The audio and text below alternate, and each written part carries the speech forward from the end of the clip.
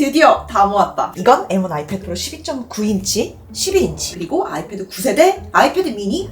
그리고 이거는 이번에 직구한 아이패드 에어. 이렇게 다 모았는데 팀쿡이나 용신이 짠 나타나가지고 소원을 소리지? 들어줄게 하는 거는 없네요.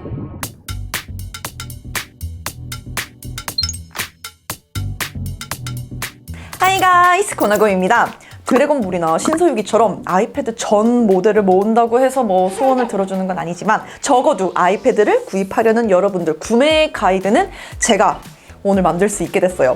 2022년 4월 현 시점에서 모든 최신 아이패드 기기들을 한눈에 보여드리고 모델별로 어떤 용도에 적합한지 그리고 현재 시점에서 살만한 옵션인지 아닌지도 같이 알려드릴게요.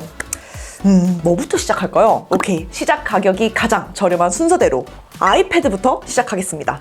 아이패드 9세대는 2021년에 업데이트가 됐어요. 시작 가격이 44만 9천 원으로 가장 저렴한 가격에 구입을 할 수 있는 아이패드입니다. 우리가 이 아이패드에서 기억을 해야 될 건 딱 두 가지 포인트예요. 첫째, 왜 저렴한 것인가? 둘째, 그럼에도 사야 하는 이유는 무엇인가? 자, 하나씩 보시죠. 먼저, 왜 저렴한가? 일단 칩셋이 A13으로 아이폰 11 시리즈에 탑재되었던 프로세서를 사용하고 있습니다. 디자인도 홈버튼, 터치 아이들을 갖고 있는 초기 디자인을 그대로 유지하고 있고요. 애플 펜슬은 1세대만 지원합니다. 여기서 또 하나 중요한 게 라이트닝 포트를 사용을 하고 있어요. 자, 이렇게만 보면 아니 이게 뭐야? 이걸 왜 사냐? 싶은데요. 그럼에도 불구하고 여전히 첫 태블릿으로 추천하는 이유는 가장 먼저 태블릿의 경험을 해보는데 적어도 10인치 이상의 사이즈는 필요해요. 아이패드 미니가 더 사양이 좋고 가볍고 휴대하기도 편하지만 첫 태블릿으로 입문하는 분들에게 스마트폰 대비 확실히 큰 대화면에서 어떤 것들이 가능한지를 경험해보는 게 더 중요하다고 저는 생각해요. 그런 의미에서 아이패드가 아이패드 미니보다는 훨씬 크면서 또 저렴한 훌륭한 옵션이 됩니다.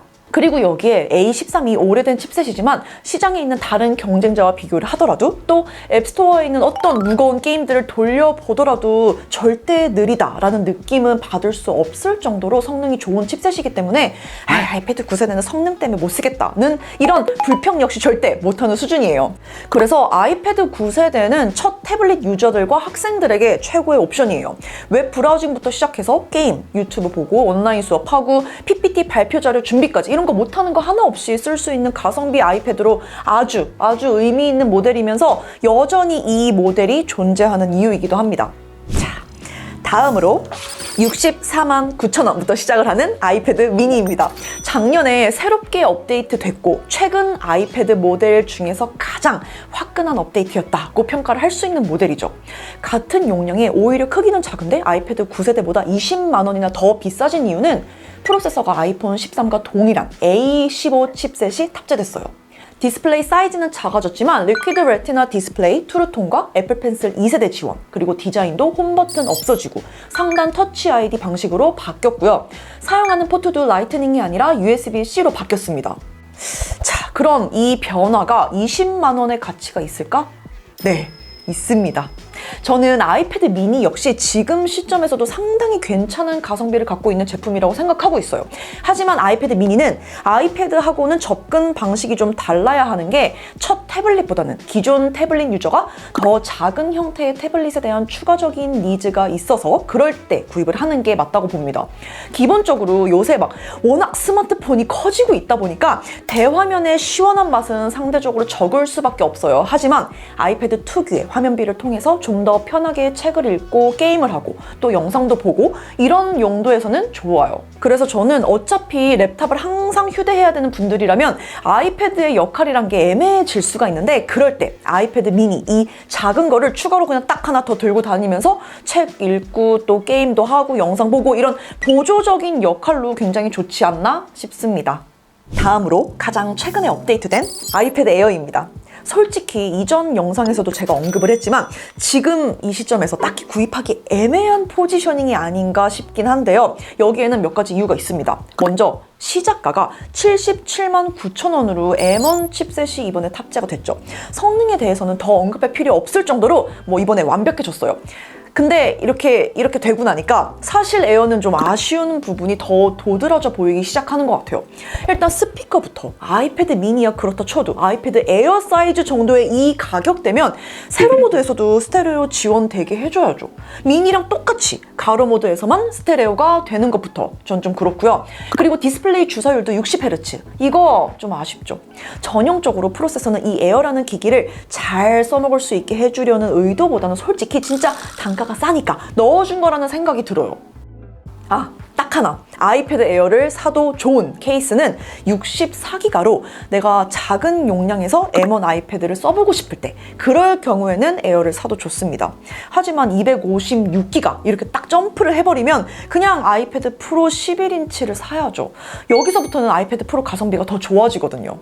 그래서 말인데 용량 옵션을 128기가 하나 더 넣어줬다면 말이 더 될 것 같은데 이상하게 아이패드 9세대와 아이패드 미니와 동일한 64, 256기가 딱 이렇게 둘밖에 옵션이 없는 게 너무 아쉬워요. 아이패드 프로는 작년부터 그냥 쭉 계속 올타임 최고의 아이패드입니다. 아니 사실 아이패드라고 한정 짓기도 좀 그래요. 얘네들은 그냥 최고의 태블릿입니다. 오히려 이상하게 출시된 후에 시간이 지나면서 오픈마켓 중심으로 가격이 조금씩 떨어지기 시작하니까 이게 더 매력적인 모델이 되어버린 느낌? 특히 이번에 아이패드 에어가 새로 출시됐는데 프로 11인치에 같은 용량 256기가의 경우 가격 차이가 거의 10만 원밖에 나지 않다 보니까 아이패드 프로가 더 매력적으로 보이기도 하고요. 에어 대비해서 좋아지는 점은 페이스 아이디, 5개의 스튜디오급 마이크와 4개의 스피커, 그리고 가로 세로 모두 스테레오 가능하고 포트 규격도 썬더볼트로 업그레이드가 됩니다. 디스플레이도 프로모션 지원하고 특히 프로 12.9인치의 경우는 디스플레이 피크 밝기가 1600니트까지 지원하는 XDR이다 보니까 확실히 비싼데 그 비싼 값을 합니다.